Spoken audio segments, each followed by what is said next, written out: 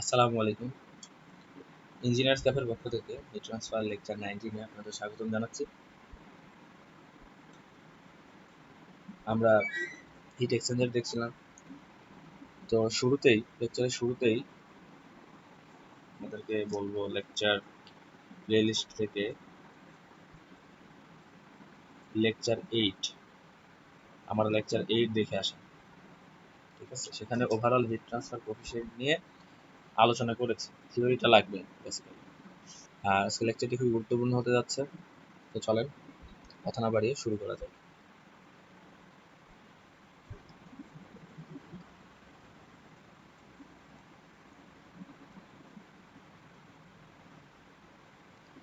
ওকে, so last ক্লাসের এটা হচ্ছে লাস্ট স্লাইড, যেখানে এলএমটিডি ক্যালকুলেশন দেখানো হয়েছিল for counter flow heat exchanger. ঠিক আছে, কাউন্টার ফ্লো হিট এক্সচেঞ্জারের জন্য যেখানে হচ্ছে ভিডিওতে এই পর্যন্ত দেখানো হয়েছে।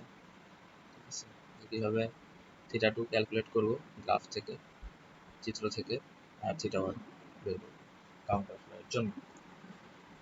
বাকি এই স্পেশাল কন্ডিশনটা হচ্ছে যে ভিডিওতে দেখানো হয়নি, সো এখান থেকে আজকে শুরু করবো। চলেন নতুন একটা স্লাইড নিয়ে সেখান থেকে ব্যাপারগুলো ব্যাখ্যা করি। সো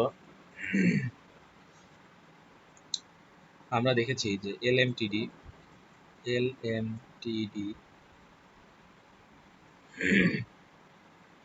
যেটাকে আমরা থিটা এফ বলতেছিলাম is equal to theta two minus theta one divided by ln theta two divided by theta one. এটা আসছিল।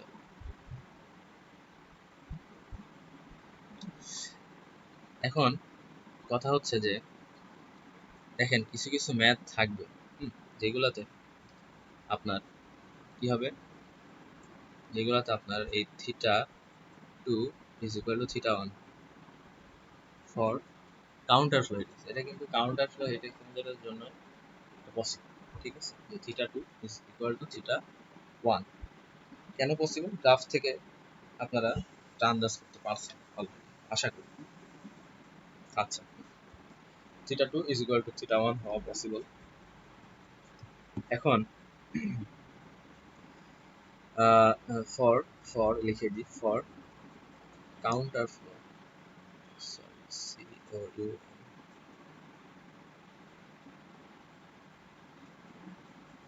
Counter flow heat exchanger. So সেই ক্ষেত্রে থিটা এম কি হবে, থিটা এম সেই ক্ষেত্রে কি হবে দেখেন, যদি দুটো সেম হয়ে যায় জিরো চলে আসে উপরে আর নিচে আসে হচ্ছে লন ওয়ান। সো আমাদের অ্যান্সারটা চলে আসে জিরো। লন ওয়ানের ভ্যালু হচ্ছে জিরো, জিরো বাই জিরো চলে আসে। সো জিরো বাই জিরো যদি কোনো ফাংশন চলে আসে সেটা কিন্তু আর নির্ণয় করা যায় না, সেটা হচ্ছে ইনডিটারমিনেট, অনির্ণয় হয়ে যায়। সো এখন কিভাবে আপনি এলএমটিডি ক্যালকুলেট করবেন, ঠিক আছে, এরকম প্রশ্ন কিন্তু আসে, আমি আপনাদের দেখাবো আজকে। সো সেই ক্ষেত্রে কি করবেন, আমরা যেটা করেছি ইন্টিগ্রেশনে আমরা যেটা করতাম আপনাদের হয়তো খেয়াল আছে, সেটা হচ্ছে zero by zero, zero by zero, বা zero by infinity, infinity by zero, অথবা ইনফিনিটি বাই ইনফিনিটি। এই সমস্ত কেসগুলো আসলে আমরা যেটা করতাম সেটা হচ্ছে এল হসপিটালস রুল ইউজ করতাম, মনে আছে কিনা? এই সমস্ত কেসে কিন্তু এল হসপিটালস রুল ইউজ করতাম ফাংশনটা নির্ণয় করার জন্য। সো এখানে আমরা একই কাজ করবো। তো এই কাজটা করার জন্য আমাদের লিমিট নিয়ে আসতে হবে, তাই না? লিমিট আনতে হবে। সো আমরা লিখতে পারি এইভাবে, limit theta two tends to theta one, তাই তো? এটাই তো বললাম যে থিটা টু যখন থিটা ওয়ানের সমান হবে তখন theta two minus theta one divide by ln. তো দেখেন এখন এটাকে কি লেখা যায়, এভাবে লেখা যায় কিনা, theta 2 divide by theta 1 tends to 1 লেখা যায় কি বলো? থিটা 2 যদি থিটা 1 এর সমান হয়, টেন্ডস টু থিটা 1 হয়, কাছাকাছি হয়, তাহলে দুটা ভাগ করলে কি 1 এর কাছাকাছি হবে না ভ্যালুটা? হ্যাঁ, 1 এর কাছাকাছি। তো সেই ক্ষেত্রে আমরা এখানে দেখেন ফাংশনটাকে থিটা 2 বাই থিটা 1 বানানোর জন্য থিটা 1 কমন নিয়ে নিলাম। সেখানে থাকে theta 2 by theta 1 minus 1 divided by ln, আর এখানে তো থিটা 2 বাই থিটা 1 আছে। এখন আরেকটা কাজ করবো, সেটা হচ্ছে এই থিটা 2 বাই থিটা 1 ভ্যালু আর দিয়ে এক্সপ্রেস করলাম, ঠিক আছে? সো এখন এটাকে লেখা যায় limit r tends to 1 minus 1 divided by ln r. So এখন যদি এখানে এল হসপিটালস রুল ইউজ করি তাহলে কি হবে? থিটা 1 ডিভাইড বাই লন আর কে ডিফারেন্সিয়েট করলে পাওয়া যাচ্ছে 1 বাই আর। এখানে কি করলাম আমরা? এল হসপিটালস রুল ইউজ করলাম। ইজ ইকুয়াল টু, এখন আর এর ভ্যালু বসায় দেন, তাহলে কি পাওয়া যাবে? Theta 1 divide by 1 is equal to হচ্ছে থিটা 1। আর দেখেন থিটা 1 ইজ ইকুয়াল টু কি ধরে নিয়েছিলাম? থিটা 2। সো লিখতে পারি ইজ ইকুয়াল টু হচ্ছে থিটা 2, ঠিক আছে? সো এই ক্ষেত্রে যখন theta 1 is equal to theta 2 হয়ে যাবে for counter flow heat exchanger, সেক্ষেত্রে এলএমটিডি সমান কি হবে? সেক্ষেত্রে এলএমটিডি সমান সমান থিটা 1 লিখতে পারি, অথবা কি লিখতে পারি আমরা? থিটা 2 ও লিখতে পারি। আর সেক্ষেত্রে আমাদের কিউ সমান সমান কি আসবে? কিউ সমান সমান আসবে U A rate of heat transfer theta 1 এ। থিটা 1 লিখতে পারি বা থিটা 2 লিখতে পারি। থিটা 1 সেম, দুটো ভ্যালু সেম, ঠিক আছে? থিটা 2 হতে পারে, থিটা 1 হতে পারে, এটাই। সো আশা করি বুঝতে পারছেন এই স্পেশাল কেসটা। যখন কাউন্টার ফ্লো হিট এক্সচেঞ্জের জন্য থিটা 2 ইকুয়াল টু থিটা 1 হবে, তখন এলএমটিডি কি হবে? আপনি থিটা 1 ও ধরতে পারেন, থিটা 2 ও ধরতে পারেন। তো ঠিক এইরকমই একটা ম্যাথ, ঠিক আছে? এটা আসছে লাস্ট একটা চাকরির পরীক্ষাতে আসছে, রিসেন্ট পরীক্ষাতে, সেটা হচ্ছে পিডিবিতে, পাওয়ার ডেভেলপমেন্ট বোর্ড, পিডিবি। দেখেন লাস্ট হচ্ছে 10 তারিখে পরীক্ষাটা হয় বুয়েটে। সো এখানে যেটা ছিল যে 2 এর বিতে যে প্রশ্নটা বলা হচ্ছিল, water is heated from 25 degree centigrade to 65 degree centigrade by oil in counter flow by heat exchanger. দেখেন হিটেড করা হচ্ছে কি 25 থেকে 65। সো গ্রাফটা আমরা ড্র করি।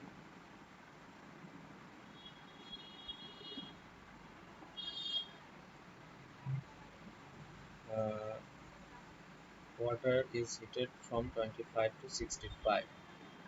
সো দেখেন যেহেতু হিট করা হচ্ছে, কোল্ড থেকে হট হচ্ছে, সো এটা এই গ্রাফটা কেমন হবে বলেন তো? এরকম হবে। এটা ছিল 25 আর এটা হচ্ছে এখন কত? 65। এটাই তো নাকি কোল্ড থেকে হট হচ্ছে।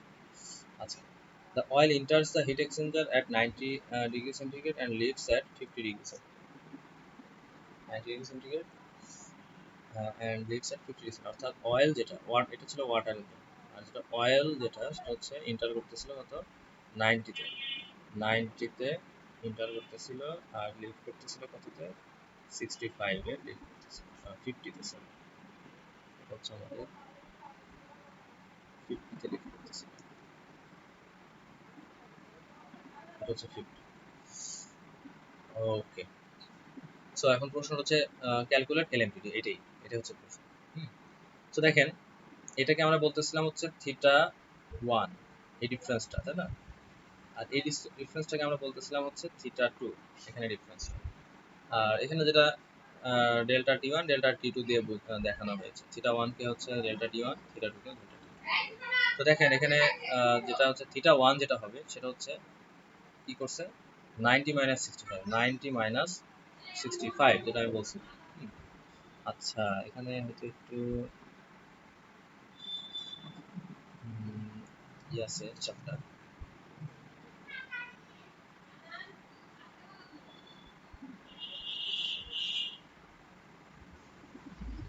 আচ্ছা, এখানে যেটা থিটা 1, এখানে যেটা হচ্ছে আপনার ইন করতেছে আর এটা আউট করতেছে, এটা সি2, ঠিক আছে? অর্থাৎ 90 মাইনাস 65 25, এটা কিন্তু হচ্ছে আপনার কি C2 না, C2 তো এটা ইন করতেছে, এটা আউট করতেছে, অর্থাৎ 65 আউট। আর ডেল্টা T1 T2 যেটা, সেটা হচ্ছে কি করতেছে, এই যেখানে দেখেন হট আউট, অর্থাৎ H2 মাইনাস হচ্ছে কি হবে cold in, C1, cold in C1, অর্থাৎ 50 মাইনাস 25 25 লিখছেন। তো দেখেন এই ডিফারেন্সটা হচ্ছে 25, আর এখানে এদিকে ডিফারেন্সটা হচ্ছে 25। সো দেখেন এখন যদি এলএমটিডি বের করতে হয়, delta theta 1 minus delta theta 2, অর্থাৎ দুইটা 25 মাইনাস 25 কি হয়ে যাবে, 0 হয়ে যাবে, ঠিক আছে। সো আমাদের যে কেসটা অলরেডি দেখলাম সেটাই, সেখানে কি লিখছে যে since temperature difference on both side is same, যেহেতু দুই সাইডে সেম, সো এলএমটিডি হবে 25। অর্থাৎ কি বললাম, থিটা 1 হতে পারে, আপনি থিটা 2, যেহেতু অ্যান্সার সেম সেম। সো এটাই এটাই ছিল। প্রশ্ন দেখেন আসছে, স্পেশাল কেস যেটা দেখালাম মাত্র আমি। সো আমরা আবার ফিরে যাই আমাদের কন্ডিশনস। সো আরো কিছু কন্ডিশনস আছে, যেমন দেখেন LMTD for counter is greater than LMTD for parallel, ঠিক আছে। আমরা জানি কিউ ইজ ইকুয়াল টু কি, কিউ এ ইন্টু এলএমটিডি, অর্থাৎ থিটা এম, রাইট। তো এই এলএমটিডি যার বেশি, তার কিউ কি বেশি না, তার কিউ কিন্তু বেশি। সো কাউন্টারের LMTD always greater than parallel LMTD. Graph থেকে দেখেন প্যারালালের ক্ষেত্রে কি হয়, এটা হচ্ছে আমার কিউ, আর কাউন্টারের ক্ষেত্রে কি হয়,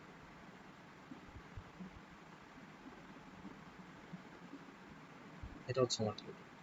দেখেন কিউ টু কার বেশি, কিউ টু কার বেশি, কিউ টু যার বেশি হবে, theta m or LMTD is equal to Q two minus Q one divide by ln Q two divide by Q.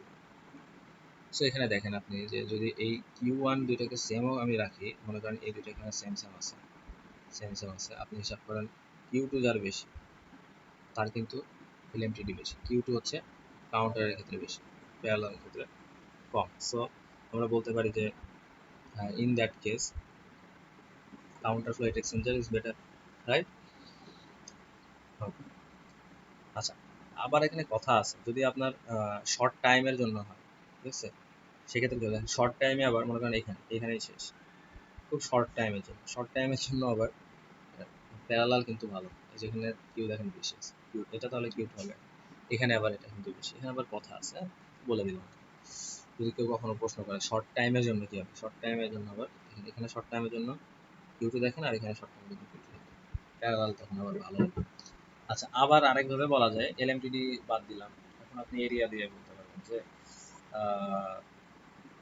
Same rate of hit ট্রান্সফারের জন্য, সেম কিউ এর জন্য কাউন্টারের এরিয়া কম লাগে, কাউন্টার বা হিট এক্সচেঞ্জারের এরিয়া কম লাগে, তাহলে area for counter is less than area for parallel. তো দেখেন এরিয়া যদি কম লাগে, same rate of hit exchange যদি আমি পাই, তাহলে আমি কাউন্টার ইউজ করবো নাকি প্যারালাল ইউজ করবো, অবশ্যই কাউন্টারই ইউজ করবো, কারণ আমার এরিয়া কম লাগতেছে সেম রেট অফ হিট এক্সচেঞ্জের জন্য, ঠিক আছে। Okay. আচ্ছা, আরেকটা কেস হচ্ছে যদি আপনার টেম্পারেচারের ভেরিয়েশনটা খুব কম হয়, টেম্পারেচারের ভেরিয়েশনটা যদি খুবই কম হয়, তখন দেখেন এই যে এখান থেকে এতটুকু যদি আপনি হিসাব করেন, তাহলে কি স্ট্রেট লাইনের মতো না, এটা একটা স্ট্রেট লাইনের মতো না, খুবই শর্ট টেম্পারেচার ভেরিয়েশন ধরেন, তখন কি হয়ে যায়, স্ট্রেট লাইনের মতো হয়ে যায়, ঠিক আছে। আর স্ট্রেট লাইনের ক্ষেত্রে আমরা কিভাবে এলএমটিডি হিসাব করি, গড় হিসাব করি কিভাবে, Q one plus Q two divide by, এটা করলে তখন আপনি কি পাবেন, এটা করলে আপনি তখন অ্যাভারেজ মিন টেম্পারেচার ডিফারেন্স পাবেন। আচ্ছা, সো এটা কখন ইউজ করবেন, যখন টেম্পারেচার ভেরিয়েশন আর relatively relatively small and variation curve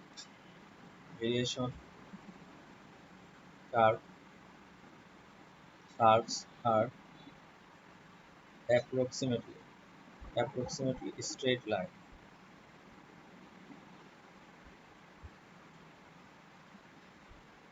ঠিক আছে, তো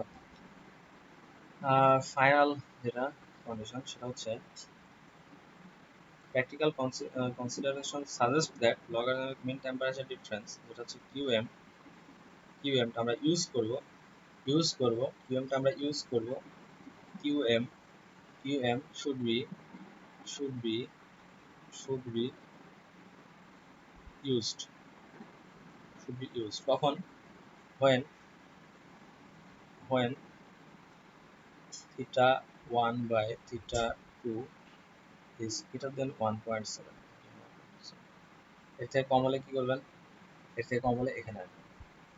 আর যদি এরকম হয় theta 1 divide by theta 2 is greater then 1.7 হয়, সেক্ষেত্রে আপনি কি ব্যবহার করবেন, এলএমটি ব্যবহার করবেন। দেখেন এটা অনেকেই জানে না, ঠিক আছে। যদি ম্যাথ যদি ট্রিকি করতে চায়, একটু যদি ঘোরানো প্যাটার্ন করতে চায়, তখন কিন্তু এরকম একটা দিয়ে দিতেই পারে। যেমন স্পেশাল কেসটা থেকে প্রশ্ন কিন্তু আসছে, এখন দিয়ে দিতেই পারে, ঠিক আছে। তো আশা করি আপনারা কিছু শিখতে পারছেন, নতুন কিছু জানতে পারছেন, ঠিক আছে। আমি খুবই স্লোলি দেখাচ্ছি ব্যাপারগুলো, যাতে আপনারা মানে আমি পুরো বিষয়টাকেই এক্সপ্লেন করার চেষ্টা করতেছি, যাতে বুঝতে পারেন, ঠিক আছে। তো চলেন একটা প্রবলেম দেখে আসা যাক। In a counter flow double pipe heat exchanger, water is heated from 25 degree centigrade to 65 by an oil with a specific heat দিয়ে দিছে, CP দিয়ে দিছে, specific heat CP, and mass flow rate অর্থাৎ mass flow rate m dot দিয়ে দিছে, and oil is flowed from if the overall heat transfer coefficient U দিয়ে দিছে, ঠিক আছে। U calculate the following: rate of heat transfer, mass flow rate of water, and surface area of the heat exchanger। তার প্রথমেই কাজটা যেটা করবেন যে কার্ভটা ড্র করে ফেলবেন কাউন্টার ফ্লো হিট এক্সচেঞ্জার, ঠিক আছে।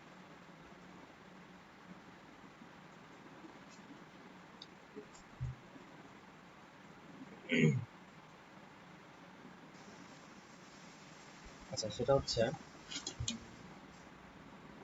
বুঝতে পারছি।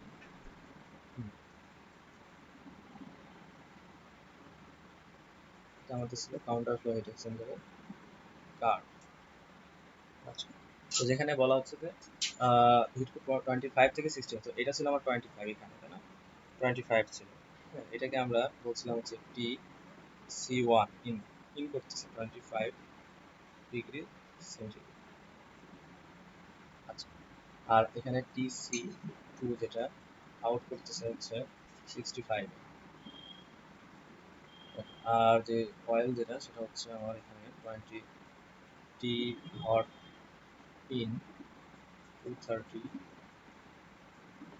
ডিগ্রি সেন্টিগ্রেডে ইন করতেছে, আর এখানে আমার আউট করতেছে হচ্ছে T hot out 160 degree centigrade. So এটাকে আমরা বলতেছি, কালারটা চেঞ্জ করে, এটাকে আমরা বলতেছি হচ্ছে, এই ডিফারেন্সটাকে বলতেছি হচ্ছে থিটা 1, আর এই ডিফারেন্সটাকে বলতেছি হচ্ছে theta 2।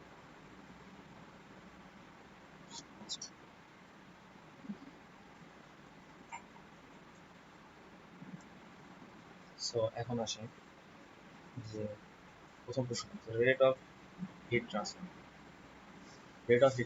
Number 1, rate of heat transfer Q is equal to হচ্ছে Q dot is equal to m dot h CPH। দেখেন এখানে কেন আমি এইচ নিচ্ছি, হটেরটা কেন নিচ্ছি, আসতেছি সেটা। T hot in, T hot out. এখানে আমাদের যে সিপি দেওয়া ছিল, CPH দেওয়া ছিল, oil with specific heat of CPH দেওয়া ছিল, CPC দেওয়া না, কুলের জন্য দেওয়া না, হটের জন্য দেওয়া ছিল, তাই আমি হটের জন্য সেম কিউ ডট এর ভ্যালু কিন্তু সেম। এটা সমস্যা m dot c into c pc, তারপরে হচ্ছে টি C2 মাইনাস টি C1। এখানে C2 আগে লিখলাম কারণ এটা C2 টা হচ্ছে গ্রেটার দেন C1। আচ্ছা, সো এই জন্য আমি এখানে কি লিখলাম, হট লিখলাম কারণ এখানে CPH দেওয়া ছিল। এম ডটের মান হচ্ছে 0.9 ইন্টু 1.45 ইন্টু 230 মাইনাস 160, এটা সমান সমান আসবে 91.35 কিলোজুল পার সেকেন্ড। সো দেখেন নাম্বার 1 শেষ। Number 2, mass flow rate of water. Mass flow rate of water, mass flow rate of M dot C O কিন্তু দেওয়া নেই, এম ডট সিও কিন্তু দেওয়া নাই, এম ডট সিও কিন্তু দেওয়া নাই। আচ্ছা, আর স্পেসিফিক হিট অফ ওয়াটার কিন্তু আমি জানি, এটা কিন্তু আমাদের মুখস্থ ব্যাপার। এটা এটা কিন্তু এখন লাগবে। দেখেন কিউ ডট, এখানে এই সূত্রটা থেকে হবে, Q dot is equal to হচ্ছে এম ডট সি ইন্টু সিপিসি TC two minus TC one. এখানে টিসি টুও জানি, টিসি ওয়ানও জানি, এম ডট সিটা বের করতে হবে, আর কিউ ডটটা আমি বের করলাম মাত্র। সো এখানে 91.35 is equal to M dot C বের করতে হবে। আর স্পেসিফিক হিট অফ ওয়াটার কত, 4.187, এটা আমাদের মুখস্থ থাকা লাগবে। আর টিসি টু হচ্ছে 65 মাইনাস 25, এখান থেকে M dot C is equal to যেটা আসবে সেটা হচ্ছে 0.545,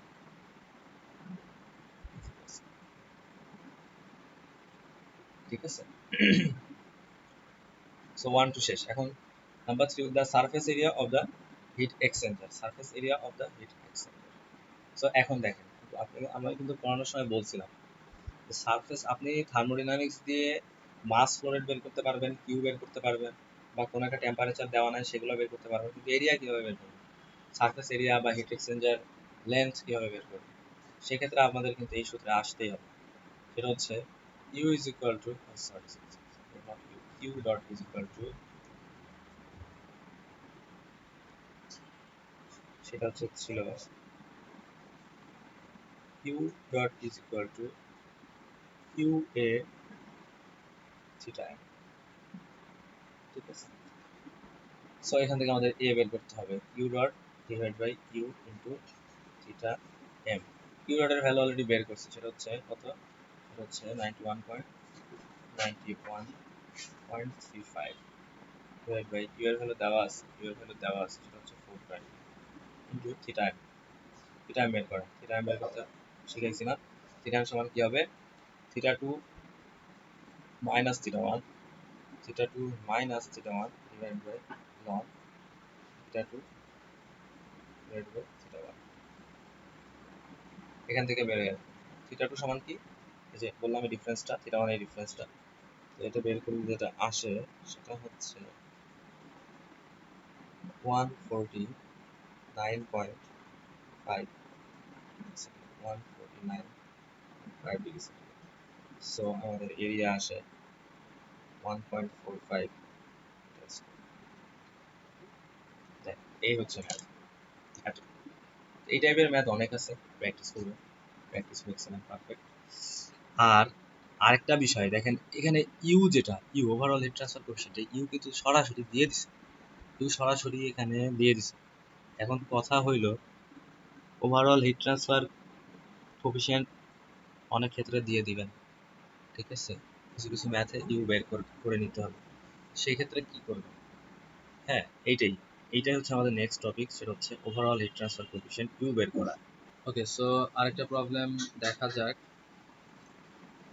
খুবই ইম্পর্টেন্ট একটা problem. In a certain double pipe hit exchanger, hot water flows at a rate 5000 kg per hour and gets cooled from 95 degrees centigrade to 65 degrees centigrade. At the same time,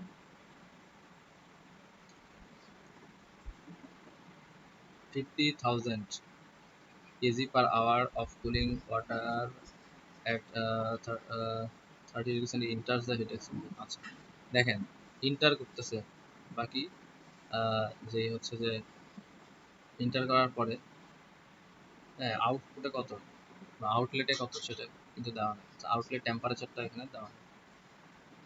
সেটা বের করতে হতে পারে। The flow conditions are such that overall heat transfer coefficient remains constant। দেখেন overall heat transfer কিন্তু দিয়ে দিল, ঠিক আছে, আমাদের লাগবে। Determine the heat transfer area required and the effectiveness assuming two streams are in parallel flow দেখেন ফ্লোটা দেখেন প্যারালাল ফ্লো বলে দিচ্ছে, আর সিপি ধরে নিতে বলছে 4.2 কিলোজুল পার কেজি ক্যালভিন, এখানে কথা আছে। আচ্ছা, সো আমাদের প্রথম কাজ হবে একটা প্যারালাল ফ্লো হিট এক্সচেঞ্জারের যে চিত্র সেটা ড্র করে ফেলা। আমাদের প্রথম কাজ হবে, ওকে, এটা হচ্ছে আমাদের প্যারালাল ফ্লো হিট এক্সচেঞ্জারের চিত্র। ওকে, তো হট ওয়াটার ইন করতেছে T hot in 95 degree centigrade, আর টি হট আউট সেটা হচ্ছে 65 ডিগ্রি সেন্টিগ্রেড।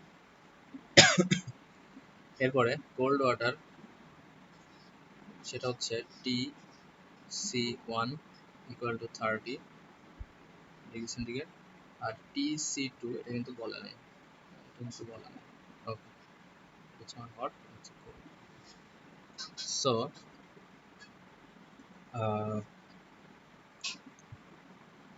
আমাদের বের করতে হবে required area, heat transfer area বের করতে হলে আমাদের কি ইকুয়েশন কি ছিল? ইকুয়েশন ছিল rate of heat transfer U A theta M. আচ্ছা, ইউ বলে দিছে, থিটা এমটা বের করতে হবে। তাহলে থিটা এম বের করতে গেলে থিটা এম, এখন দেখেন থিটা এমটা দরকার। Theta M is equal to কি ছিল? Theta two minus theta one divided by ln theta two divided by theta one, এটা ছিল। সো থিটা টু কি? Theta two is equal to, theta two হচ্ছে আমাদের, এটা হচ্ছে থিটা টু, এই ডিফারেন্সটা, রাইট, আর এই ডিফারেন্সটা হচ্ছে আমাদের theta one. Theta two is equal to theta ওয়ানটা আগে লিখি, theta one is equal to হচ্ছে T hot one minus T cold one is equal to 95 minus 30, এটা হচ্ছে 65 degree centigrade. Theta two is equal to হচ্ছে T hot two minus T cold two. দেখেন এখানে 65 আমি জানি, T hot two, T cold টুটা আমি জানি না, এটা আমাদের বের করতে হবে। আচ্ছা, তো এটা কিভাবে বের করবো আমরা? টি কোল্ড টু দেখেন আমাদের ইকুয়েশন ছিল আরেকটা, সেটা হচ্ছে U dot is equal to হচ্ছে M dot H CPH into কী হবে, T hot in T hot out, এটা is equal to cold water দিয়ে যদি বলি T cold CPC T cold out T cold in. দেখেন আউটটা কিন্তু আগে হবে, এটা অলরেডি জানেন। আচ্ছা, এখানে আমি কিউ জানি না, সো আমাদের যেটা করতে হবে এই ইকুয়েশনটা নিয়ে কাজ করতে হবে, ওকে। এম ডট এইচ কত? এম ডট এইচ কি দেওয়া আছে? ফ্লো রেট কি দেওয়া আছে? হ্যাঁ, হট ওয়াটারের ফ্লো রেট দেওয়া আছে 5000 কেজি পার আওয়ার। আচ্ছা, তো এখন এখানে আসেন, এম ডট এইচ আসেন, M dot H 5000 KG per hour, এটাকে কেজি পার সেকেন্ড করে নিতে হবে। So 5000 divide by 3600 3600।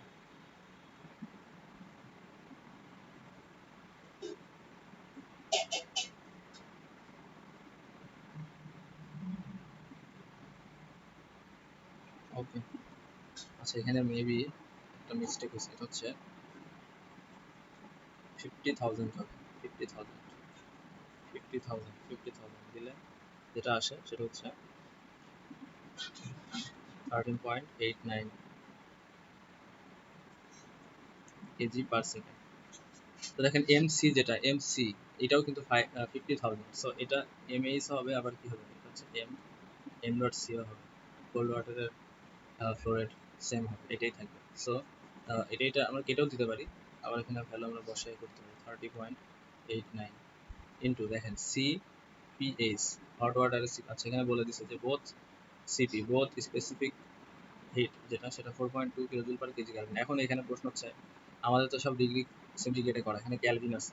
সো এখানে কি ডিগ্রি সেন্টিগ্রেডে করে নিতে হবে? এখানে কি ডিগ্রি সেন্টিগ্রেড করে নিতে হবে? প্রশ্ন এখানে আগে আমি কিন্তু ক্লিয়ার করে দিছি।